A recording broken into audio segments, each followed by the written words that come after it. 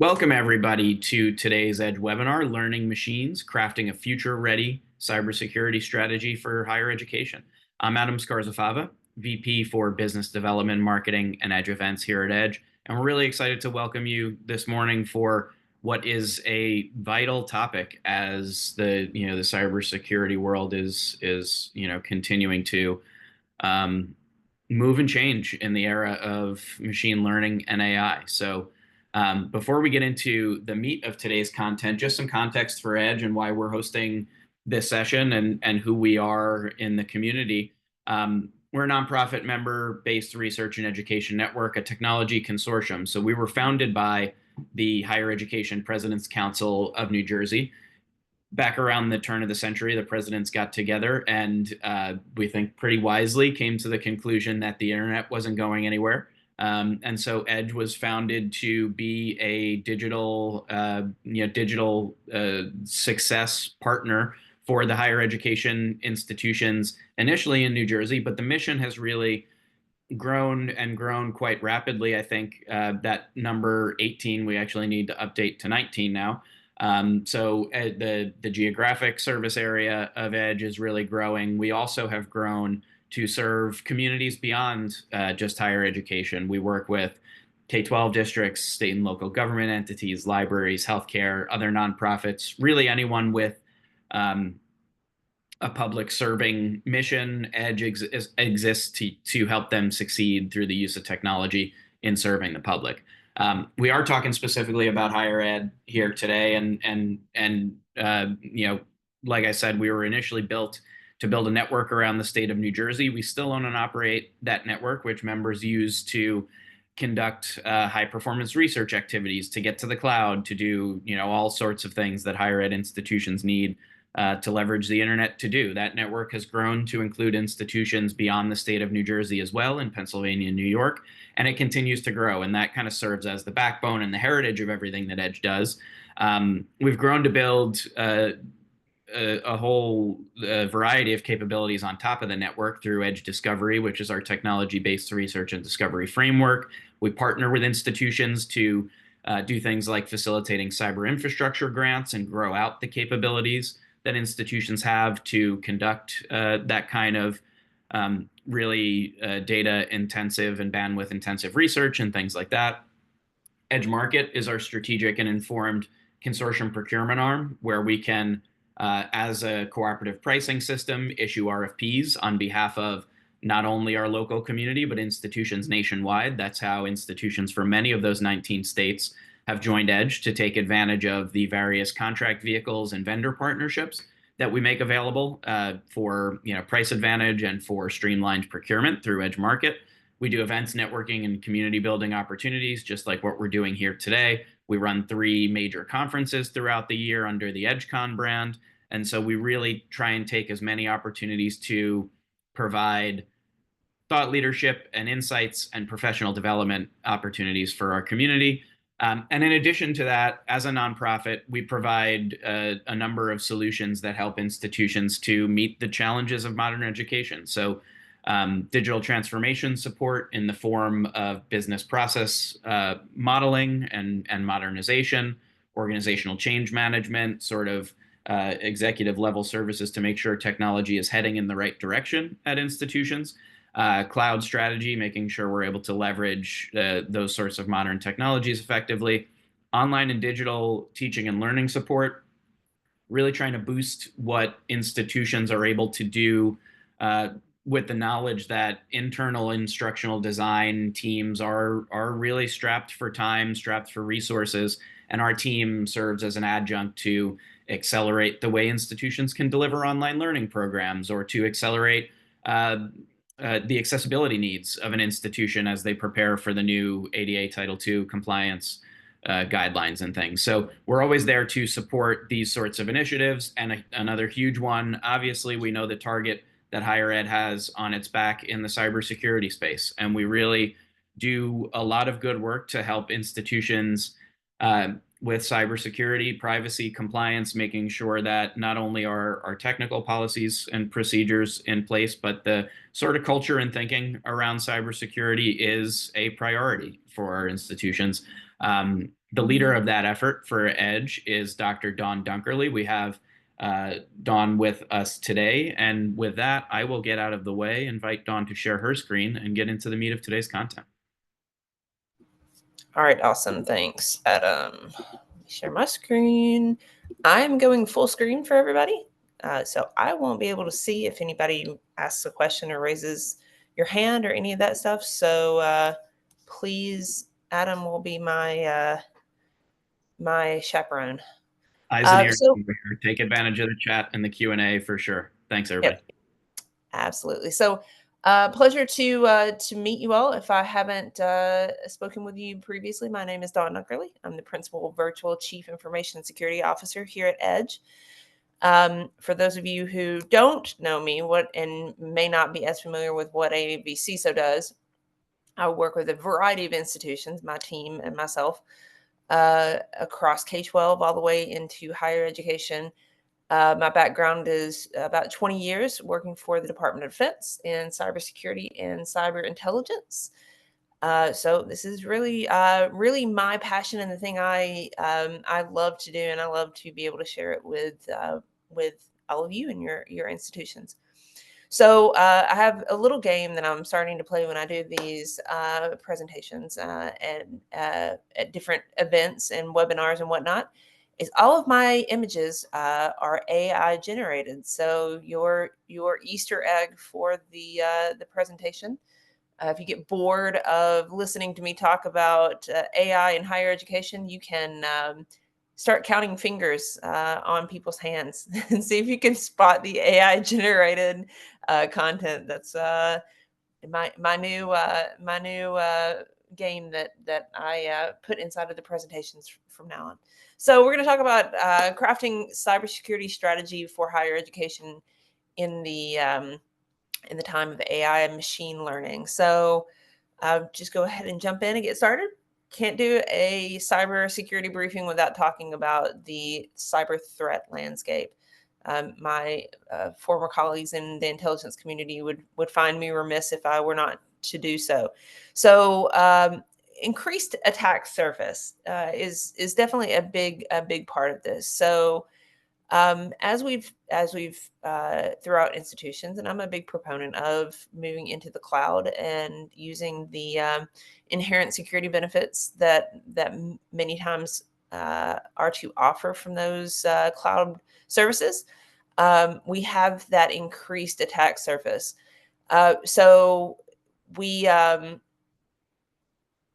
while we talk about the strategy and how we deal with those things, the tools that AI, everything from AI generated note keepers to ChatGPT, which we'll pick on quite a bit throughout the session. It increases the potential for unauthorized access to sensitive data, and we'll talk more about that as we go on throughout the session. But it's also these tools. While we'll talk about many of the positive applications, are absolutely being used to create more sophisticated cyber attacks. For example, phishing campaigns, which still are arguably the number one source of compromised systems, are through the good old email that's sent out. We used to be able as cybersecurity professionals to just say, hey, look for misspelled emails, look for things that look off. You don't necessarily recognize the tone of that person that supposedly is sending you this email in the case of a spoofed email, or it's not the format that we would necessarily see going out from our institution. All of those things are easily replicated now through AI tools. So we can't necessarily try to spot the poor language and the poor spelling because AI makes it very simple to write an email now that looks good, sounds good, very professional, That's just the barest minimum of things that that we could see uh, attackers use AI for.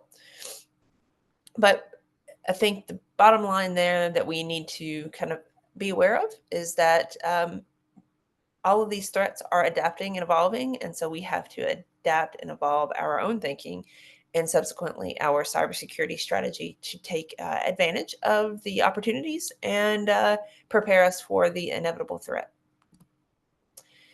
So, two things I want to highlight: rise of AI in higher education. So, AI and cybersecurity. So, you're going to start seeing, if you haven't already, a lot of vendors who are using AI behind the scenes to help um, bolster the cybersecurity teams within the organization.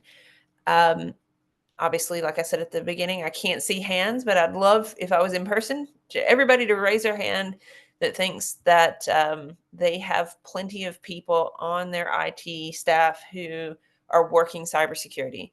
Like I said, I can't see you, but I'm betting that number is low to zero because we don't have enough qualified people who are solely devoted to identifying and addressing these anomalies.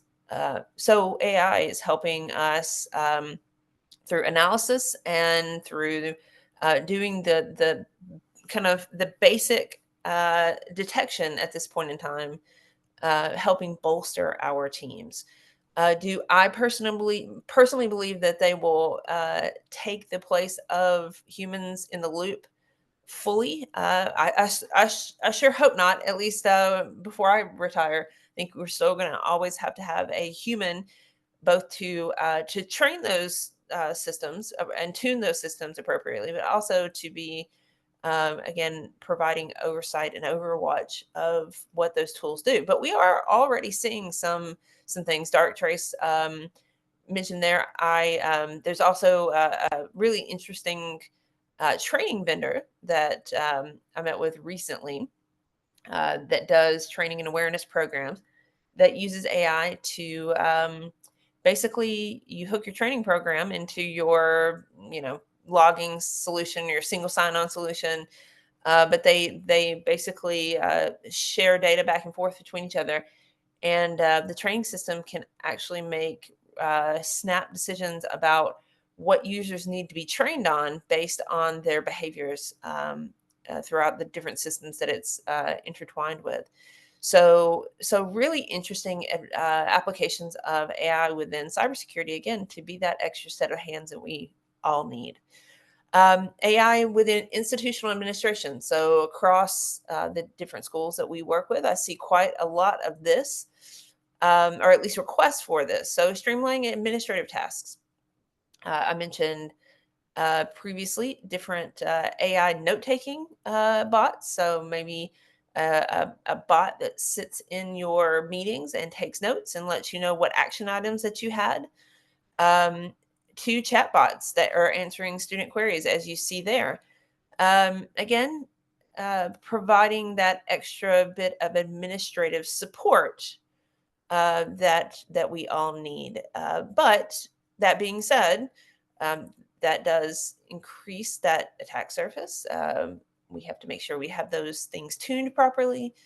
We'll talk more about that. But that being said, really exciting opportunities that artificial intelligence is bringing to us. So how do we um, facilitate these securely within the organizations that we are involved in?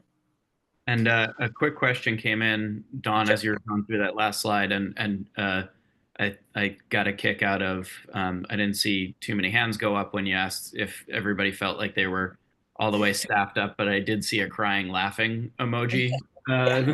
move up the screen, so I think that kind of gets at the heart of the Yeah.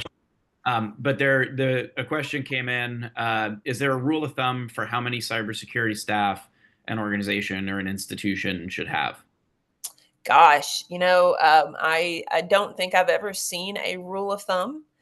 But the fact of the matter is, in a lot of the organizations that I work with, and I'm hedging a bet that that it's probably the same across the group that we have here.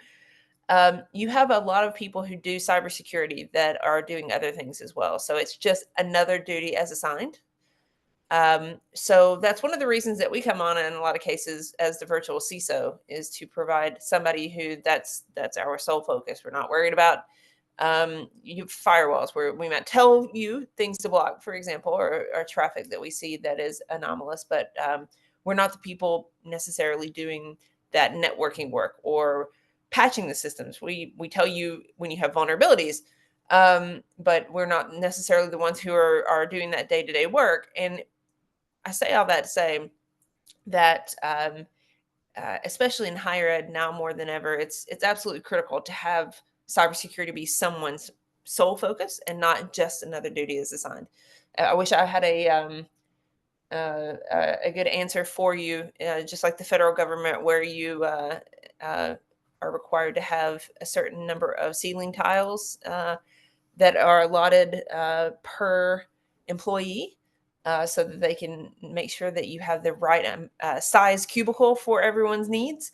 If it was only that simple to have that answer, but great question. And that understanding the organizational structure based on the size of an organization is definitely a fascinating topic. Maybe for another webinar, maybe I'll dig into that.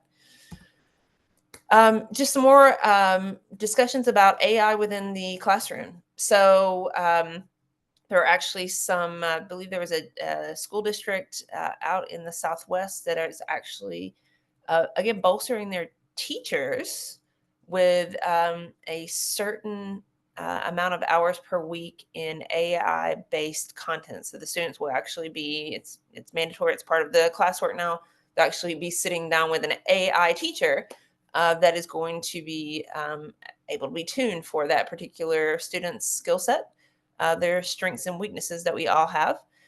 So you see there that AI-powered tutoring that's already being kind of rolled out by Khan Academy, which I'm a big fan of. If you're not familiar with, go check them out on YouTube. They've got great stuff. My kids definitely use Khan Academy to help where I where I certainly can't get into some of their classwork that they're dealing with, but the AI certainly is able to help them in that regard. However, that being said, kind of there under point number two, the adoption of ChatGPT across academic institutions does bring questions about how do we integrate this and maintain our academic integrity standards. And what's fascinating about this particular topic, the students are going to use AI tools. We have to acknowledge and accept that that's out there, but how do we create a strategy that again can enhance that learning and help them understand how to best use those tools, but ethically. So I believe is in New York State. I apologize, maybe in one of the surrounding areas, but there's actually an active lawsuit right now that very well could shape how a lot of this kind of is implemented across the country. So a student used AI to help with a piece of coursework. I believe it was a document of some sort. Used the AI tool supposedly only to help lay out the structure and the framework of this particular document. Somehow the school caught wind that AI tools had been used and gave the student a poor grade. And the parents are actually suing the district, basically saying you didn't have an AI policy saying that our student couldn't use these tools, so you can't dock their grade basically based on a policy that you don't have. So food for thought as we talk about strategies for implementing these tools within the classroom. Finally, faculty concerns not only are revolving around making sure that academic integrity issues are addressed, but also about how do we make sure that our sensitive data within the institution, how do we make sure that our faculty and staff are using this in a thoughtful way and basically our sensitive data is not being scraped and sent into the large language models that are learning off of our data that we give them. Finally, the potential displacement of staff.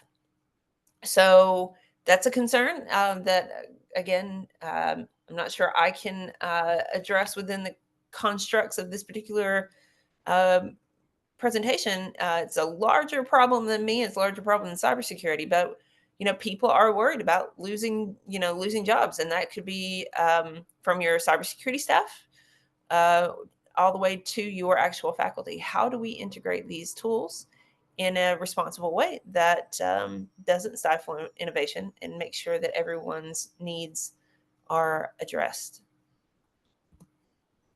All right, so this is a great example of a AI generated map. So if you look, all of those names in the background are AI generated, but because it's Australia, they are all plausible, which is uh, I found funny whenever I created that one.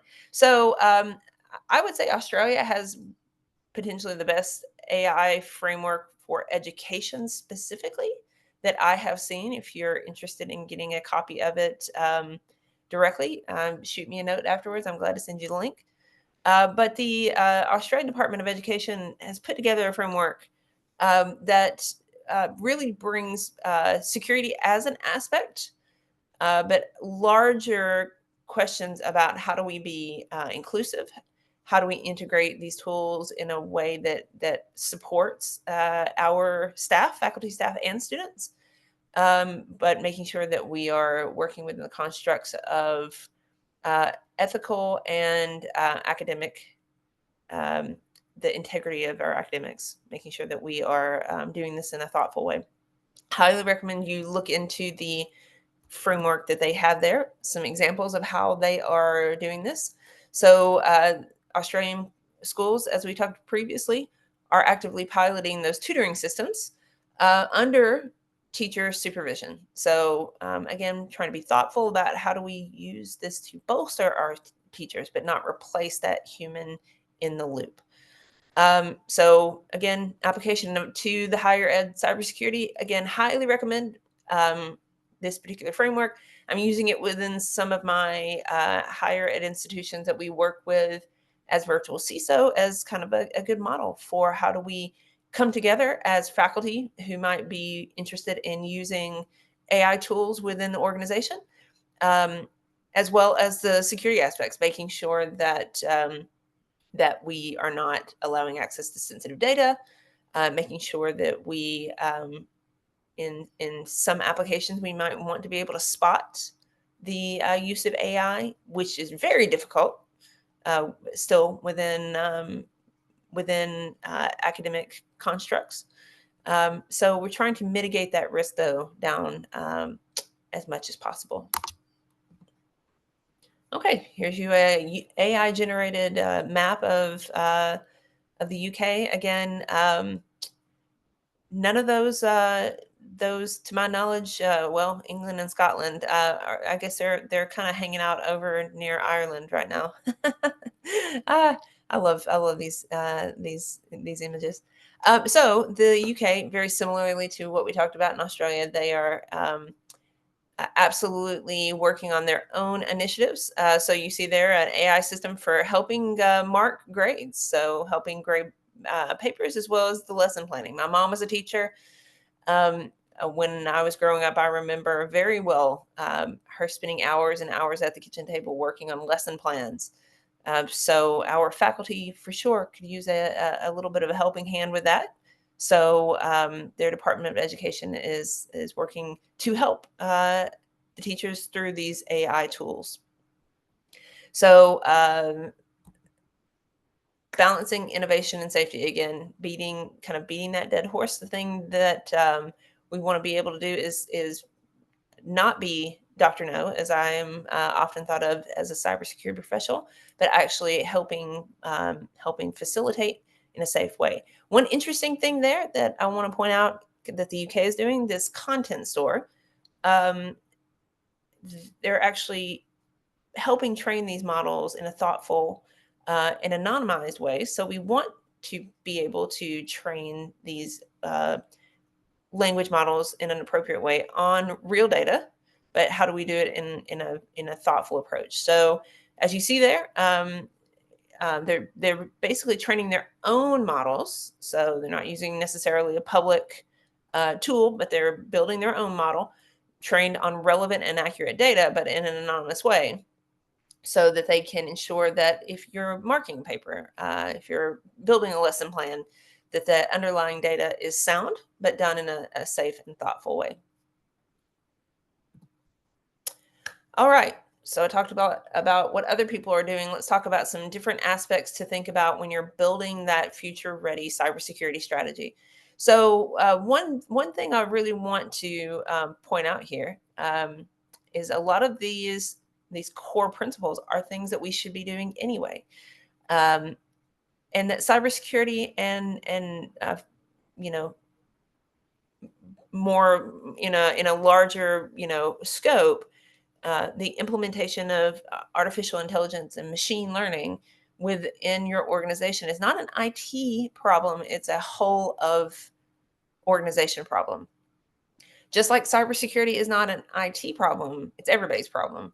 So we're going to talk about these different aspects and these different facets of your cybersecurity strategy, but many of them you probably have thought of before, not only in the construct of AI, but just more broadly.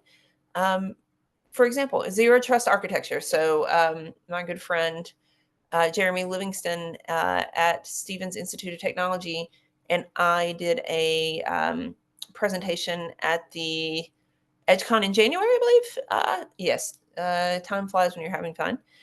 But we did a presentation on zero trust architecture. And if there's one thing to take away from that I will bring to this particular group, is that zero trust is it's not a product. Anyone who sells you a product or a service and says, just implement this and you'll have your zero trust architecture all wrapped up, I would walk away very quickly from someone saying that. Zero trust is a process that is never complete. It is a maturity model for all intents and purposes. You implement through people, process, and technology. So that being said, it also, if you're higher ed and you're at all familiar with another one of my favorite topics to drone on about endlessly, NIST SP 800-171, now revision 3, that we're moving towards very likely for future GLBA compliance.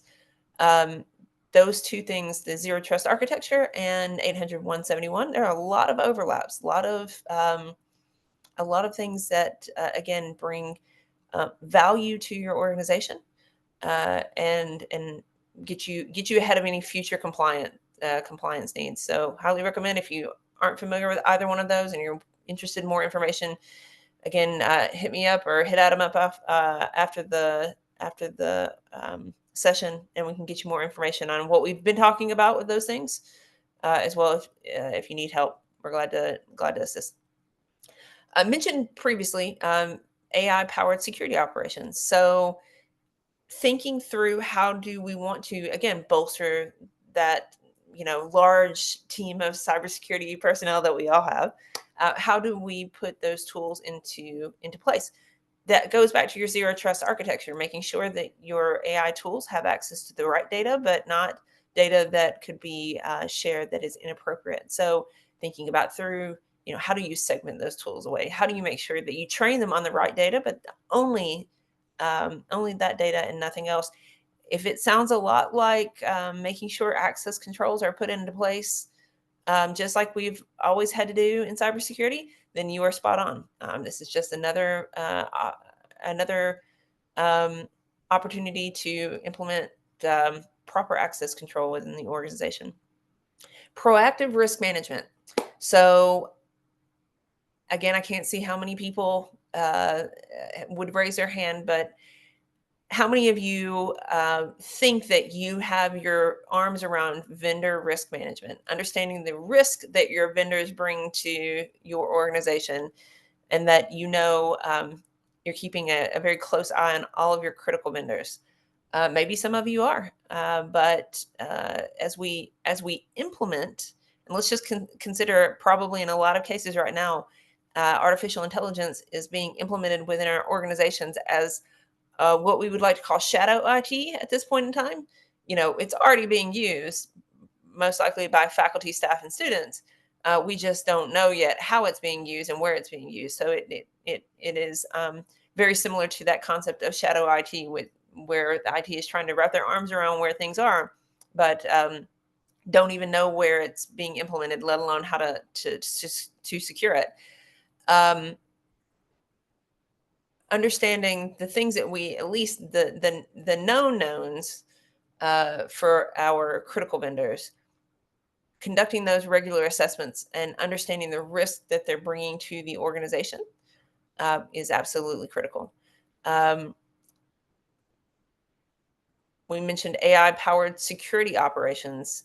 If they have access to really sensitive security data, as many of these tools will end up having, we need to really cast a very sharp eye to what vulnerability do they have, and how do we address those with. And I have a lot of calls with vendors about, hey, just so you know, I found this vulnerability in your system.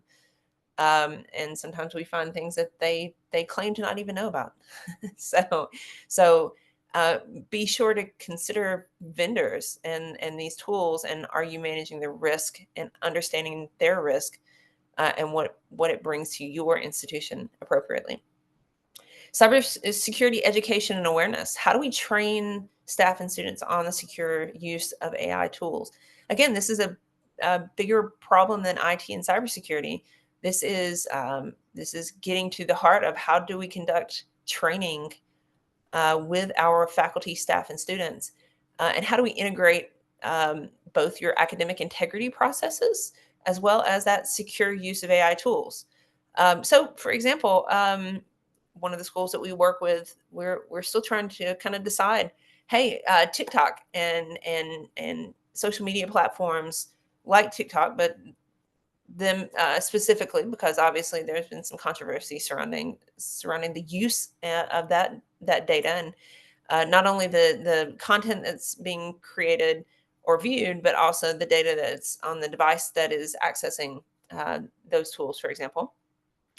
How do we not only have a policy about how that will be used within the organization, but also, quite frankly, just how do we, on your own personal time, how do you do this securely? So this one organization that I'm mentioning, if a staff member who is responsible for the university social media accounts, they're grappling with, do we want them to use a secondary device for accessing those particular platforms that does not have sensitive university data on it? So training these folks on the both the capabilities that they have at hand, but also, you know understanding what should not be ingested within these tools is key. So that, again, is a much larger problem, a challenge, above just your IT and cybersecurity staff. That's a whole of organization discussion about what is the path, what is the strategy that the institution wants to go down. And then finally, incident response and resilience planning. So as you see there, AI can help create a playbook. So we have a ransomware attack, we have a data breach. What are the immediate response measures that need to be taken? Have we done the proper incident response planning? Do we have a plan? Do we have a plan that is tested? All of those things are, again, bigger than AI, but AI can help build some of those. But we also need to include in our incident response planning uh, different scenarios that involve maybe a breach that's associated with AI. What would we do? Do we know who our insurance provider is? Would this be an insurance provider situation. Do we know the thresholds of when we would report something and wouldn't report things? We do a lot of incident response planning as virtual CISOs, both from building the plans to testing the plans. Highly recommend, by the way, you do a tabletop exercise of your incident response plan at least once a year, ideally more than once a year, making sure that everybody within the organization that has a role and a responsibility, and spoiler alert, that's way bigger than just your IT people. That's going to end up being, all the way up to usually the board. What are their roles and responsibilities, and do they know what they're required to do in time of crisis? So we're looking again for incorporating AI tools effectively and efficiently within this planning, but also preparing ourselves for the inevitable event that will occur. Data gets fed into a model, for example, that would constitute a data breach. Do we know how we would deal with that? So just some different things to think about as you're building your strategy. Again, how do we proactively get ahead of this and think through how do we effectively and efficiently implement AI, both from a cybersecurity perspective as well as a faculty, staff, and student perspective, but definitely still incorporating these key tenets of cybersecurity. Another question here as we get ready to move on. What's your stance on what's your view on DeepSeek and appropriate management of use of it? In a very similar vein, great question, first of all. We are grappling with DeepSeek as an entity right now in a very similar way to how we are still grappling with that potential use of TikTok. Um, ByteDance, the company that owns TikTok, as well as CapCut and some other things that I see very regularly within academic environments. Um, they actually share data with DeepSeek back and forth. So if you have a problem with one, you have a problem with the other. Essentially, is I guess what I'm trying to say. Um, I am not fundamentally opposed to DeepSeek as a tool. It's an AI tool, just like OpenAI has ChatGPT and Google has Gemini, and it's just another tool fundamentally. But I do have fundamental concerns with how that data is stored and processed in a way that maybe I don't necessarily have with some of the others. Maybe I should. But fundamentally, that I have several institutions that are grappling with how some think they are going to ban its use outright. Some say, listen, it's a tool just like any other tool. Let's take maybe some of the nation state politics out of it, and let's think through, is this something we want to pursue? So far I haven't had anyone actually say, hey, we're going to move to that as our AI weapon of choice, but more to follow. It's definitely, again, it's a larger issue about how the institution wants to kind of get ahead of AI trends. So great question. That they're definitely a hot topic right now. Bridging the human and machine gap. So talked previously about some concerns that personnel, faculty and staff might have about AI taking the place of the human. So point number one that we can think through to improve our integration of AI within our organizations is, how do we upskill those teams to be consumers of that AI and not replaced by that AI. So what are the training programs? What do we need to do to get the, maybe certifications, or what do we need to do to get our IT team specifically ready to be, again, the benefactors of AI, and not feel like they're being taken over by them.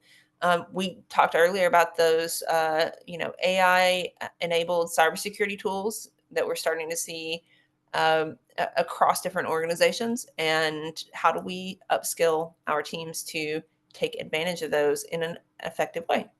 So think through your strategy. How do we train our people? Bottom line.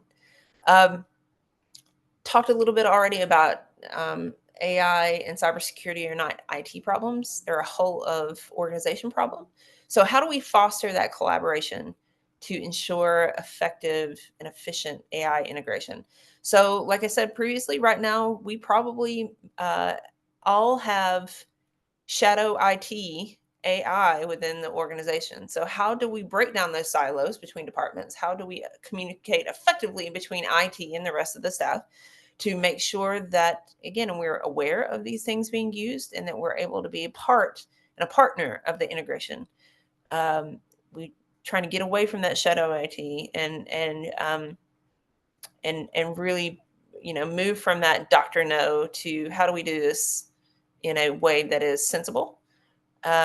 There are often silos. If you're an IT person in the audience, you know as well as I, there are often silos between us and the rest of the staff. So how do we break those down to make sure that we're having this conversation? Again, highly recommend, if you're interested in this, to go pull the Australian approach to this. It really is a whole of the organization approach to integrating IT, AI within IT and beyond. So the role of higher education is shaping this. So two things here. I think we do have an opportunity to begin effectively teaching our students on this innovation. So research programs. This is again not necessarily an IT problem. This is an education problem. How do we integrate this into the curriculum so that our institutions are bringing those AI enabled students into the workforce and moving that towards that workforce? How do we think through, from a curriculum perspective, from a training perspective, getting our students to be that future IT workforce and cybersecurity workforce? So what are the tools and the tactics and the procedures that we need to start thinking through now to train them on how to be our future AI enabled workforce? So here we have the opportunity to build students who are building the AI and adopting that AI within other tools, as well as building our future cybersecurity workforce.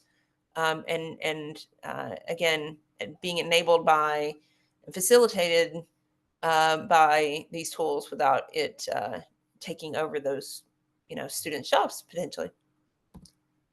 So, call to action. We've got about 14 minutes. So, call to action here. We want to get ahead of this, and the key to that in that first paragraph is proactively. It is essential for us to proactively get ahead of these challenges. I told you the anecdote that my dog is being proactive. There's probably somebody downstairs. If you can hear, it's probably somebody downstairs who dared walk down the sidewalk.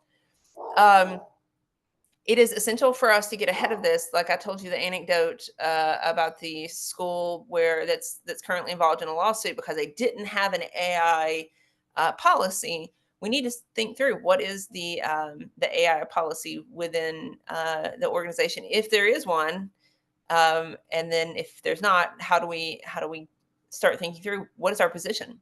So that's an interesting question to ask yourself. What would our position be on academic integrity, the integration of AI? How do we integrate these tools in from a security perspective? Um, I live, by the way, in Alabama. If you noticed a twinge of an accent, I actually pulled my 17-year-old high school junior, pulled his AI policy for his school, just out of curiosity to see what the position is for his school.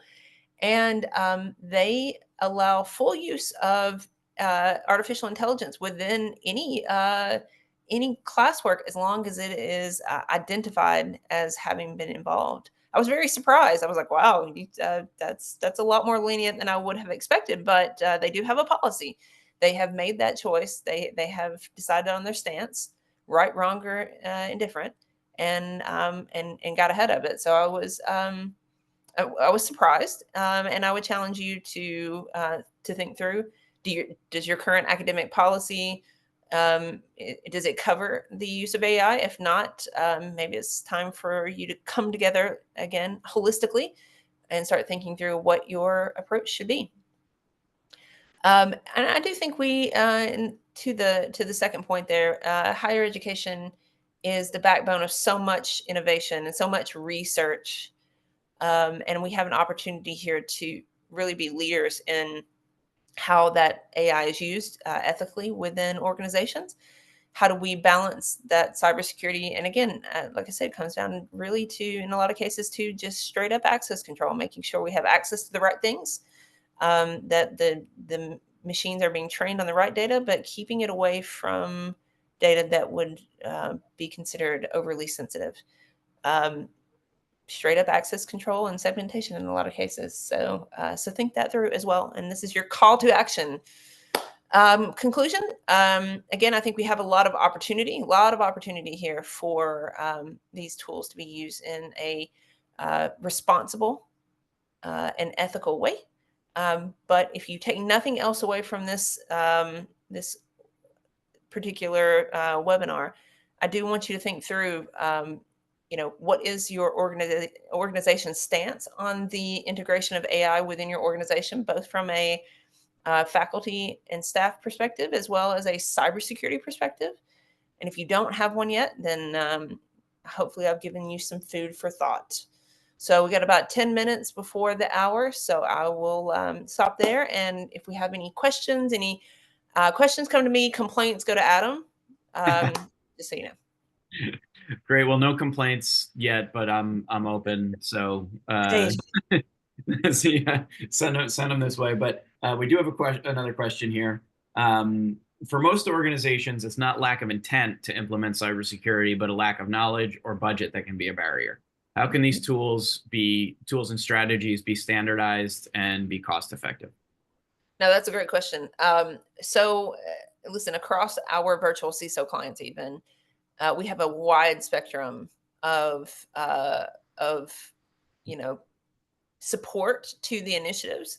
GLBA has been a great tool to help us be able to implement some things that maybe we otherwise weren't able to implement.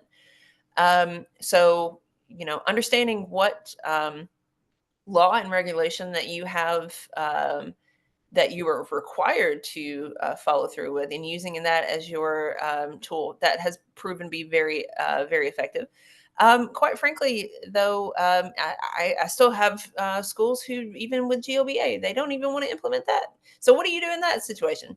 And the old saying, "How do you eat an elephant one bite at a time?" I would start with just a simple, even asset inventory. If you can, try to even find out what you have on the network. If you can find out what tools are being used within your environments, whether that ends up being a scan of your clients, or there's lots of different ways to go about it. But if nothing else, knowing what you have is just the first baby step to a lot of this. And then identifying where that sensitive data is located, and trying to make sure that you are limiting that access to the crown jewels, most sensitive things within the organization. Again, highly encourage you to check out our presentation on zero trust architecture that we did a couple of months ago. I guess it's almost a couple of months ago. Yeah. That we did on that, because again, view this as a maturity process and not a one size fits all. So maybe you do really well in some things, but you don't necessarily do well in others. We build, as virtual CISOs, we build work plans that sometimes go out years. Yep, we can. I share the details of that afterwards. Not a problem. All that to say, view it as a years long process in many cases, and eat the elephant one bite at a time. And that I think dovetails with one of the other questions we got in. Um, what's the time commitment for a team to effectively do cybersecurity? Which I think can really probably depend on what you're trying to achieve and what you're prioritizing. But that Yeah, is that it is a maturity process, right? it absolutely is. So just to use our virtual CISO clients as an example, we have some schools that we work with 10 hours a month, and we have some schools that we work with, almost 30 hours a month. And it really, and I say all that to say that it really depends on the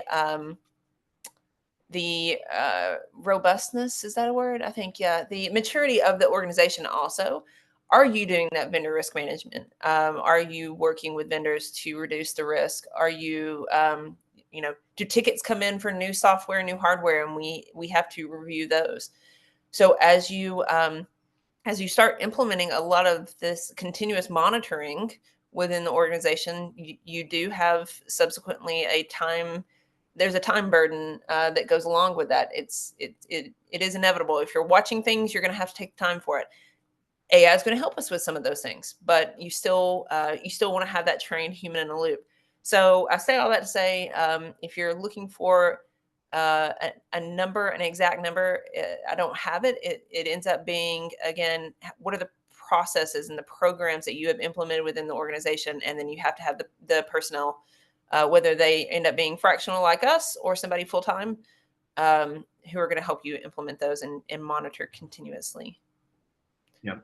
Okay. And speaking of the trained human in the loop, but we have one more question that's come in, and we have a few more minutes for any others uh, if you have them. So please take advantage of that. But being that AI is based on trained models and historic data, how can AI tools anticipate and mitigate risks that may not have a historic data behind them, or sort of a foundation, that we don't know about yet? Right. So, from a cybersecurity perspective, most of the tools that I at least have been seeing not only integrate trends within your organization, but they're correlating trends from other organizations. So, if it walks like a duck and it quacks like a duck, it's probably a duck there and a duck there. Probably, not always. But I say all that to say that's part of the cost benefit analysis of using a lot of these tools within your organization. Is they're taking your data and helping people based on your data, as well as helping you with other hopefully in a anonymized, safe fashion. There are some interesting applications. Google has a tool right now in beta called Notebook LLM, I believe is the name of it. If you're not familiar, and what it allows you to do, you actually all can have access to it. I believe it's currently free with a Google account. But let's just say I've actually been learning French. I've been studying French most of my life at this point. And I uploaded some links to different websites in French. I uploaded some different PDF documents into that particular tool. And it only uses the data that you point it towards or upload to it. And so it doesn't necessarily have that hallucination effect. So it builds you study guides and podcasts based on what you upload it. Really interesting. So it allows you to really focus in and on that historical data that you mentioned previously, and you have a bit more control over what data it's accessing. So that being said, there's some different applications of that kind of idea. Would that work as well in cybersecurity? Probably not, because you're not getting the benefit of that learning that it's gaining from other organizations. So again, it's definitely a cost benefit analysis that you have to think through. What is your organizational stance on that along with a variety of issues? Well, and some of the machine learning applications and tools in the cybersecurity space are kind of using that historic data almost as a filter, right? Where if something doesn't have precedent or is anomalous, Mhm. that gets the exclamation point because there's Right, no, kind of historic data right, right. on it. That's So absolutely true. So it's not necessarily anticipating, but it's flagging those things that don't look like it learns Right. what normal is. And if something doesn't look Right. normal, then it gets the flag, right? Absolutely true. Absolutely true. Um, okay, cool. So I think we have time for one more. And we have one here. There seems to be a huge skills deficit in AI and tools in staff and faculty. The simplest example is Office 365 with Copilot. How do Mm. we go about bridging that gap in these basic skill sets, using these day-to-day tools effectively, while at the same time educating about cybersecurity without kind of freaking the team out in the Right. process? Right. Great question.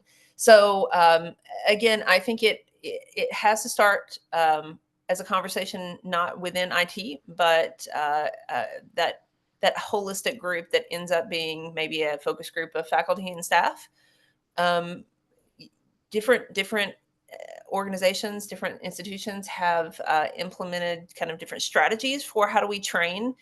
Um, a great example, I believe, I actually have it open in a tab right now. Yeah, USC, so University of California, San Diego, has taken one approach. They developed their own internal GPT that they use called Triton GPT. That is specific to their institution. I think they're actually uh, selling that out as a service right now for different educational institutions to be able to use their own educational GPT.